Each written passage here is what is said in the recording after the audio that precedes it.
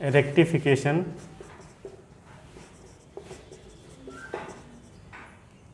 Of curve या length of curves, ये आपको पढ़ना है पार्ट फर्स्ट में। ठीक है, यूनिट 7 है।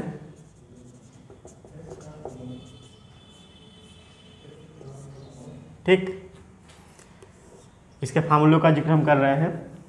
ठीक है, बाकी जो हमारे पास क्वेश्चंस हैं और जो चैप्टर्स हैं उसे हम अब भाई बाद में दे देते हैं। पहले आपका ये शुरू हुआ है rectification of the curve and length of curves, इस पे चर्चा कर लेते हैं।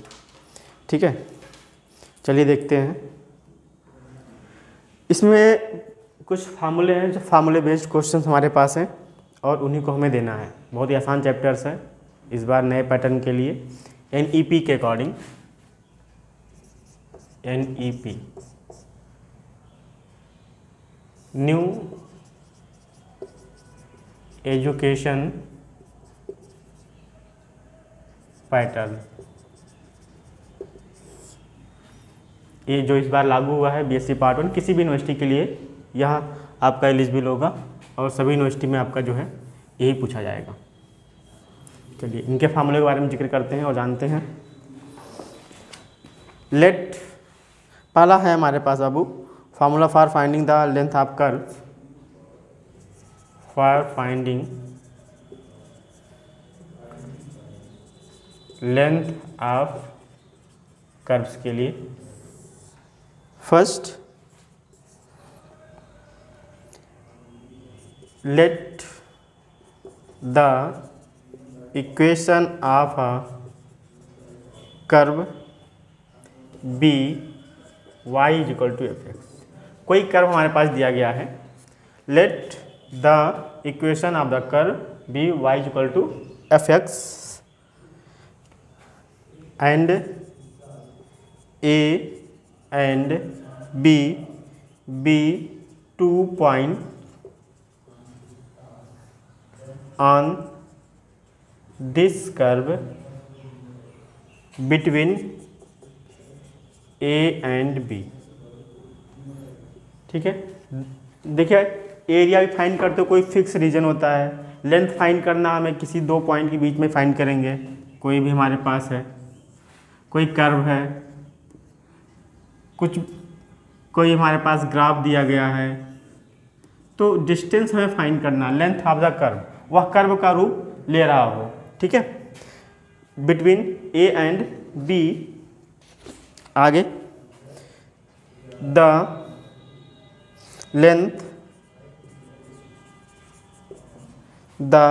Length of curve is to be required, let S be the length of an arc from a fixed point on the curve to any point on it,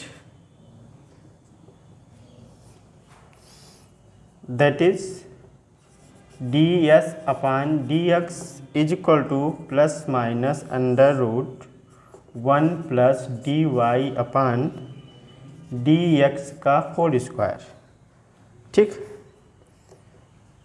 ये हमारे पास हो गया लेंथ ऑफ आर्क। ठीक है, इसे हम ऐसे भी लिख सकते हैं, D S equal to plus minus under root 1 plus D Y upon D X का होल स्क्वायर, डी एक्स भी लिख सकते हैं। ठीक है, अब देखो हमें किसी भी कर्व के लिए क्या करना होगा, y के रूप में हमारे पास कर्व दिया रहेगा जब कार्टेशियन फॉर्म में होगा। ठीक है, तो उसमें हमें पहले काम करना होगा, D Y by D X निकालना होगा। ठीक है, D Y by D X find करेंगे। अब D Y by D X find करने के बाद इसमें हम वैल्यू पुट करेंगे तो हमारा निकलेगा D S upon D x. और हमें निकालना क्या होगा, एस निकालना है, क्योंकि एस क्या है हमारे पास, length, the length of the arc, किसी भी आर्क का जो हमारे पास लेंथ होगा, ठीक है, उसे हम एस बोलते हैं। हमें एस निकालना है, लेकिन हमें पता क्या है, D S upon D X equal to plus minus under root 1 plus D Y upon D X पता है। तो हम जो है इस इक्वेशन हमारे पास जो भी दिया रहेगा कार्टेशियन फॉर्म में दिया रहेगा, पहला काम होगा D Y by D X find करना उस इक्वेशन से। अब हमें फाइंड हो जाएगा D S upon D S. अब हम उसमें लिमिट उसे जो है इस इक्वेशन को इंटीग्रेट कर देंगे, इंटीग्रेट करेंगे तो हमारे पास क्या मिलेगा, वो इधर यस मिलेगा, इधर लिमिट जहाँ से जा रहा हो कोई भी लिमिट मिलेगी, कहाँ से कहाँ तक के लिए, ठीक है, 1 plus D Y by D X, ये हमारे पास फार्मूला हो जाएगा किसका, लेंथ ऑफ द आर्क के लिए, ठीक है।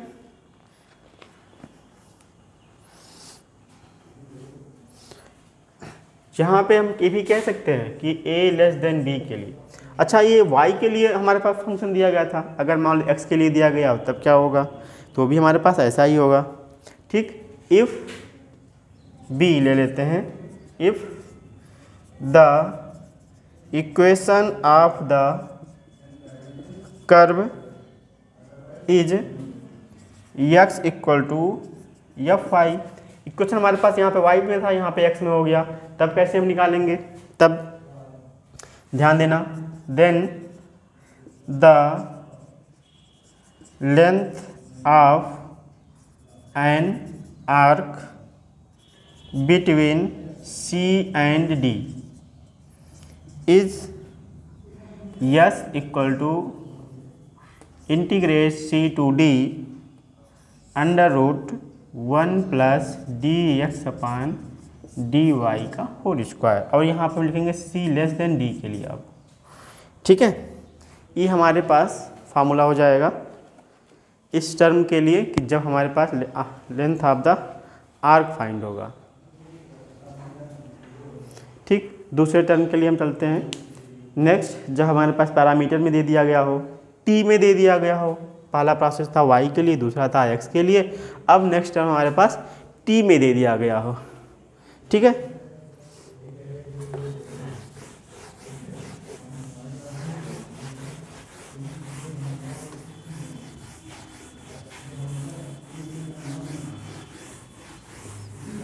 t में हो तब क्या करेंगे, नेक्स्ट c पॉइंट ले लो, if the equation of the curve is in parametric, that is x equal ft and y is equal to gt, then ds upon dt, dx का पहले दो कर्व दिया रहेगा हमारे पास, x के रूप में रहेगा और y के रूप में रहेगा, ठीक है। तो जो x के लिए रहेगा और जो y के लिए रहेगा, दोनों को हम विथ रिस्पेक्ट टू जो दोनों में कॉमन रहेगा डिफ्रेंशिएट करेंगे, डिफ्रेंशिएट करने के बाद दोनों को स्क्वायर कर कर हम ऐड कर देंगे,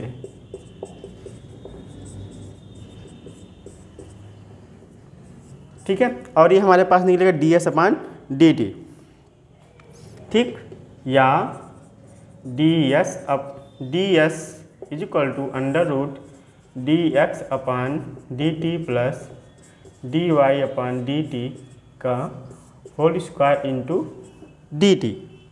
दस the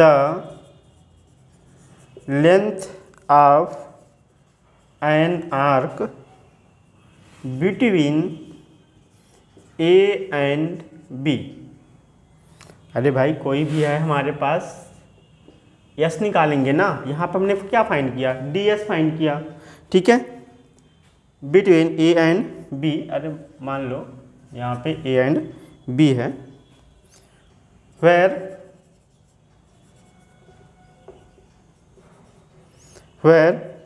A t is equal to T1 and B at where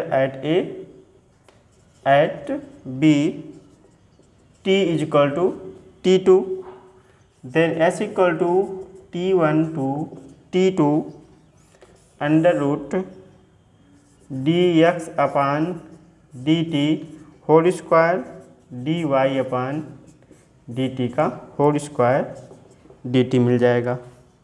ठीक, अभी तो हमने जो देखा कार्टेशियन फॉर्म में देखा, ये किस में था बाबू? कार्टेशियन फॉर्म में। और ये हमारे पास किस में है? पैरामेट्रिक हो गया। दो टर्म हुआ, एक कार्टेशियन में हो गया x के लिए, एक हो गया y के लिए। ठीक, अब ये हमारे पास किस में हो गया? पैरामेट्रिक के लिए। तीन कंडीशन हो गया। अब हमारे पास बचता है क्या है? Polar form. ठीक है, पोलर फॉर्म के लिए हम देखते हैं क्या है। ठीक, नोट कर लो, उसको स्क्रीनशॉट ले लिया करो। ठीक है, वीडियो देखते रहिए, लाइक सब्सक्राइब करते रहिए, सब्सक्राइब बढ़ाइए ताकि हम लाइव आ सके। चलिए next point D. Next, polar form में अगर दिया गया हो तो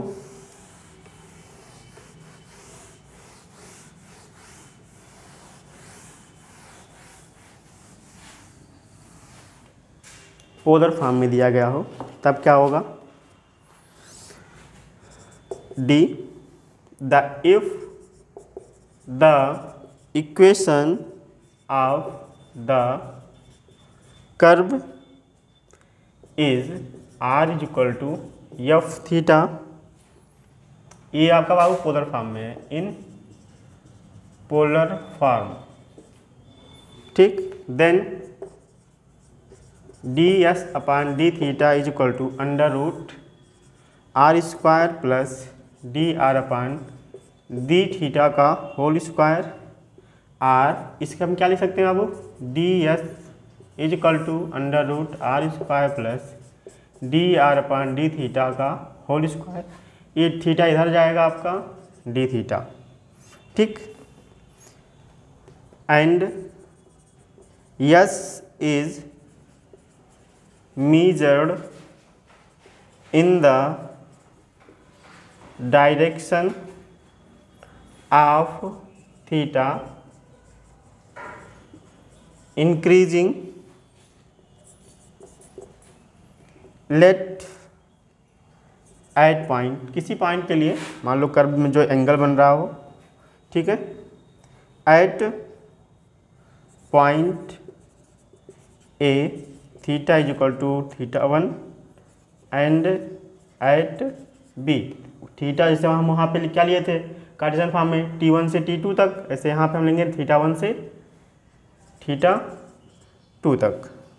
ठीक है, therefore the length of an arc between A and B is given by. अब देखो, इस पे हमें कुछ नहीं करना होगा, ये हमारे पास इंटीग्रेशन निकला, ये जो भी हमारे पास डिफरेंशिएशन का निकला था डी एस निकला। हमें निकालना क्या है? यस निकालना। यस, जब भी कभी हमारे पास डिफरेंशिएशन हुआ करे उसे हमें उस टर्म को निकालना हो, इसको, तो हम क्या करते हैं? इंटीग्रेट कर देते हैं। यहाँ पे हम इंटीग्रेट करेंगे तो हमारे पास टर्म क्या मिलेगा? ये डी हट जाएगा, डिफरेंशिएशन से डी गायब हो जाएगा। ठीक है, तो हमारे पास क्या हो जाए? इंटीग्रेशन में यस बचेगा। लिमिट हमारे पास यहाँ लग जाएगी कहाँ से कहाँ तक? θ1 से θ2 तक, θ1 टू θ2। और सेम हमारे पास फार्मूला एट इज ऐसे ही उतर जाएगा, D R upon D theta का होल स्क्वायर डी थीटा। और ये हमारे पास आर्क ऑफ लेंथ का पोलर फॉर्म में फार्मूला हो जाएगा। ठीक है, अब देखो यहाँ पे आर की रूप में अगर इक्वेशन दिया रहेगा, ठीक, अगर इक्वेशन आपका थीटा के रूप में दे दिया गया तब क्या होगा? तब टर्म फिर जैसे कार्टेशियन फॉर्म में मैंने बताया था, सेम प्रोसेस में हमारे पास यहाँ पे फंक्शन बदल जाएगा। यहाँ पे क्या हो जाएगा? D theta upon D R हो जाएगा। यहाँ पे टर्म थोड़ा सा बदल जाएगा, जो टेंजेंट एंड नॉर्मल में हम करते हैं। ठीक है, नेक्स्ट आगे देखिएगा, जब फंक्शन हमारे पास theta equal to F R हो, ठीक, theta equal to F R हो, तब क्या होगा? फंक्शन नोट कर लो,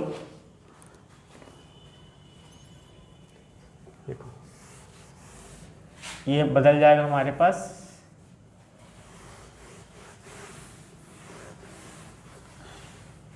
if the curve equation of the curve is theta is equal to F R में हो गया, ठीक है, इसकी आवश्यकता नहीं है। Then the length of an arc between A and B is given by S equal to, वहाँ क्या था फार्मूला, थीटा 1 से थीटा 2 तक, यहाँ पे क्या हो जाएगा r1 से r2 तक under root 1 plus R D theta upon D R का होल स्क्वायर डी आर, ठीक। ये आपका ई हो जाएगा एफ। ये इतने फार्मूले आपके पास हैं अब, और इतने में आपका ये चैप्टर आपको ख़त्म करना है। Equation of the curve is in pedal form. Pedal मतलब देखो, पहला मैंने बताया कार्टेशियन फॉर्म। कार्टेशियन फॉर्म किस में होता है, वो एक्स एंड वाई में होता है। पोलर किस में होता है, आर एंड थीटा में होता है। पीडल किस में होता है, पी में होता है। तो 2 यहाँ पे मिला, 2 यहाँ मिला, 1 यहाँ मिला, 5 हो गए, ठीक है।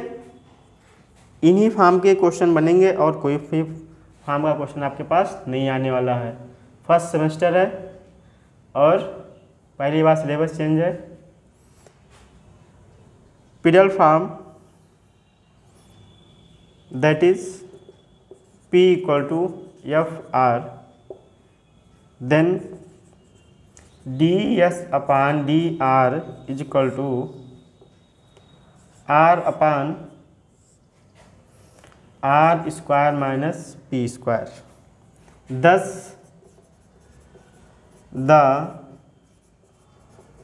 Length of an arc between A का मतलब R equal to R1 and B R equal to R2, that is S equal to integrate R1 to R2 R D theta upon नहीं R D R upon under root R square minus P square, ठीक है। ये अभी आपने देखा सिर्फ length of arc में जितने फार्मूले हैं। अब इस पे हम जो है आपको क्वेश्चन कराएंगे। तो नेक्स्ट टॉपिक आपका क्वेश्चन का रहेगा और वह मैं नेक्स्ट वीडियो में आपको जो है प्रोवाइड करता हूँ, ठीक है।